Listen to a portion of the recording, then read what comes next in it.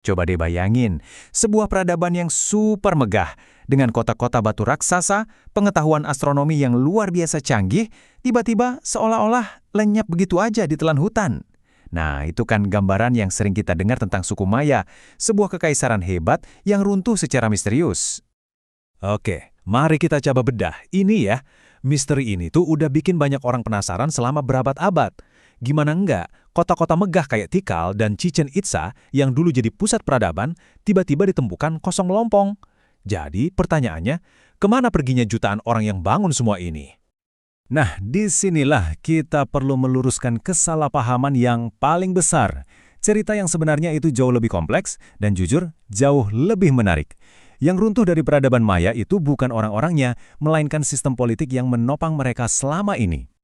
Dan ini buktinya. Hari ini, ada lebih dari 7 juta keturunan suku Maya yang masih hidup di Amerika Tengah dan sekitarnya. Mereka sama sekali nggak menghilang. Mereka ada di sini, membawa warisan leluhur mereka. Jadi, mitos tentang bangsa yang lenyap itu bisa kita buang jauh-jauh. Ini ngemubah pertanyaan kita sepenuhnya kan? Kalau orang-orang yang nggak lenyap, lantas apa dong yang sebenarnya bikin negara kota mereka yang begitu kuat bisa hancur berantakan? Apa yang terjadi sama struktur kekuasaan mereka yang super megah itu? Jawabannya, ternyata sebagian besar iya.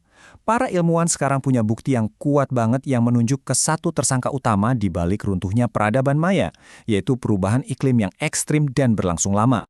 Nah, yang keren banget itu adalah gimana cara para ilmuwan ini nemuin buktinya.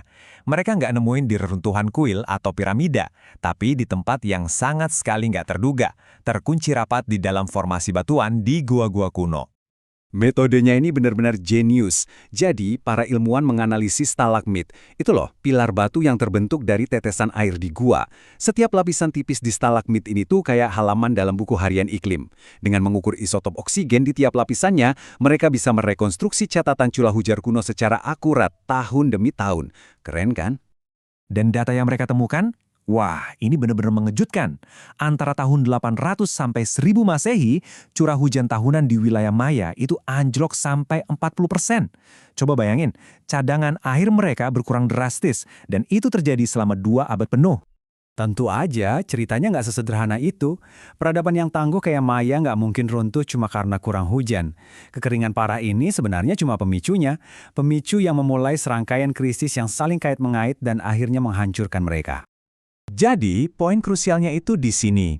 Kekeringan adalah domino pertama yang jatuh. Begitu domino itu jatuh, ia memicu reaksi berantai dari berbagai bencana lain yang menghancurkan masyarakat Maya dari dalam.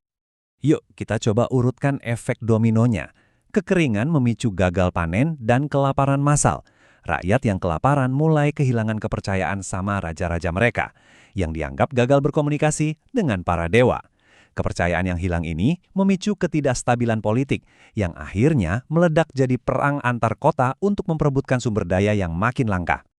Dan ini bukan sekedar teori loh. Bukti arkeologis di Ukana, Guatemala melukiskan gambaran yang mengerikan tentang kekacauan ini. Para arkeolog menemukan sisa-sisa ritual pembakaran publik di mana makam para bangsawan dibongkar dan isinya dibakar di alun-alun kota.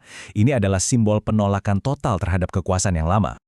Dan masalahnya terus aja menumpuk. Deforestasi besar-besaran untuk pertanian malah memperparah dampak kekeringan. Seolah itu belum cukup, di kota-kota besar seperti Tikal, waduk air minum mereka ternyata tercemar merkuri, racun dari pigmen cat yang mereka pakai. Jadi sumber air yang tersisa pun malah jadi mematikan. Lengkap sudah. Sampai di sini, kita mungkin melihat ini sebagai sebuah tragedi kuno. Tapi kisah runtuhnya peradaban Maya ini lebih dari sekedar itu. Ini adalah sebuah pelajaran yang sangat penting, sebuah peringatan yang relevan banget buat kita yang hidup di zaman modern ini. Coba kita lihat perbandingannya deh.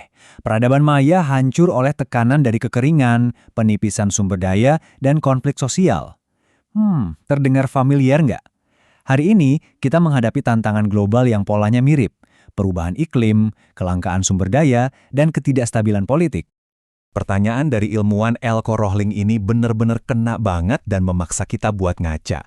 Peradaban Maya itu punya teknologi pengelolaan air yang canggih loh untuk masanya, tapi itu semua nggak cukup buat menghadapi krisis iklim yang se-ekstrem itu. Terus, gimana dengan kita? Jadi, runtuhnya peradaban Maya itu bukanlah misteri tentang bangsa yang hilang. Ini adalah sebuah studi kasus yang sangat gamblang tentang bagaimana kombinasi tekanan lingkungan dan kerapuhan sosial bisa meruntuhkan masyarakat yang paling maju sekalipun.